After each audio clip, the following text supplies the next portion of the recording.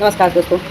मैं सीरियल परशुराम की बता रहा हूँ। मुझे सालनी में से अकेले में बात करनी है। उनकी माँ बोलती है, ये कैसी बातें सुनने को मिल रही है? कहाँ जा रहा है कि तुम्हारे हाथों किसी की तकलीफ पहुँचती है? आखिर ऐसा क्या हो गया सालनी? मुझे सच में बताओ, तुम्हारे हाथों गोली क्यों चली? सालनी, माँ, मैंने जानबूझकर गोली नहीं चलाई थी। मैंने तो कभी पहले रिवॉल्वर तक नहीं पकड़ी थी, तो मैं गोली कैसे चला सकती? मैंने देखा कि कुछ लोग मेरे पति को मार रहे थे। उन्हें बचाने के लिए मैंने रिवॉल्वर उठाई थी।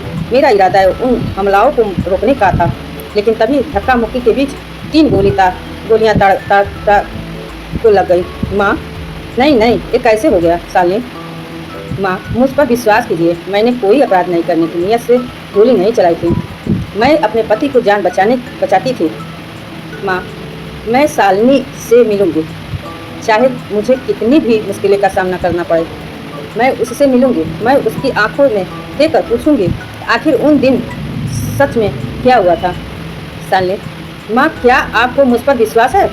हाँ, अगर तुम्हारा दिल साफ है तो सच एक दिन सबके सामने आ ही जाएगा।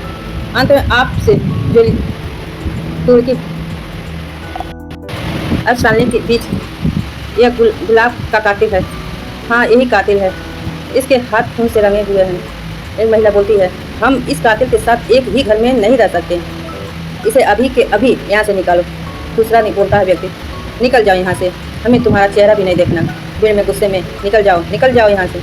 यह कातिल है, इसे यहाँ रहने की कोई हक नहीं है। सालनी की आंखों में आंसू के लिए, मैं कातिल नहीं हूँ। मैंने किसी की जान बूझकर नहीं ली।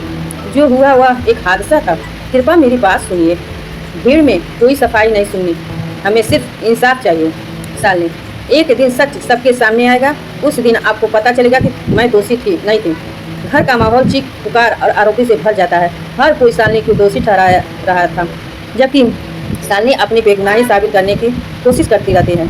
उसे उम्मीद होती है कि सच सामने आने पर उसका सम्मान और विश्वास वापस आ जाएगा। सालनी, मुझे नहीं पता था कि आखिर क्या और कैसे हो गया। सब कुछ इतनी जल्दी हुआ कि मैं कुछ समझ ही नहीं पाई। दूसरे गुस्से में बोलता, झूठ मत बोलो, तुम्हें अपनी सास को मार डाला, अपने पति।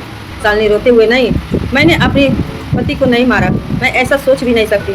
फिर में तुम झूठ बोल रही हो, तुम खूनी हो। सालनी कहती, नहीं, मैं खूनी नहीं हूँ, मुझ पर भरोसा कीजिए, मैंने किसी की हत्या नहीं की थी। सच कुछ और है जो अभी तक सामने नहीं आया। एक बुजुर्ग महिला, अगर तुम सच कह रही हो तो सच को सामने आने दो, लेकिन अगर तुम दोषी निकली तो तुम्हें अपने के लिए सजा भुगतनी पड़ेगी। मैं सच से भागूंगी नहीं। मुझे विश्वास है एक दिन मेरी बेगुनाही साबित हो जाएगी, सामने साबित होगी। अधिकारी, आपका पूरा नाम क्या है और आप यहाँ क्यों आए हैं? महिला, मेरा नाम सलोनी देवी है, यहाँ घूमने के लिए आई थी। मेरे दोस्त 2 बच्चे थे। आखिर फिर क्या हुआ? सलोनी देवी, मैं बहुत देर से पहुँची थी, तभी मैंने देखा कि वहाँ एक अजीब हो रहा था। एक जवान लड़का भी उस व्यक्ति के साथ था। मुझे लगा कि दोनों मिलकर कोई काम कर रहे थे। दूसरा व्यक्ति, सीधे मुद्दे पर आइए, ये सब उधर की बातें छोड़िए। सलोनी, मैं मुद्दे पर भी आ रहा हूँ। मैंने अपनी आंखों से देखा कि वे लोग उस जगह की ओर जा रहे थे जहाँ बाद में लाश मिली।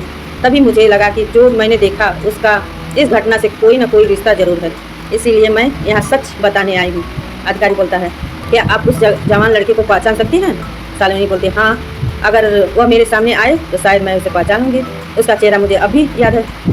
तो दूसरे व्यक्ति बोलते, बेसब्री से, ठीक है, अब जो कुछ आपने देखा बिना कुछ छिपाए साफ बताइए। सलोनी देवी, मैं सच ही बता रहा हूँ, जो मैंने देखा वही आपके सामने रख दी हूँ।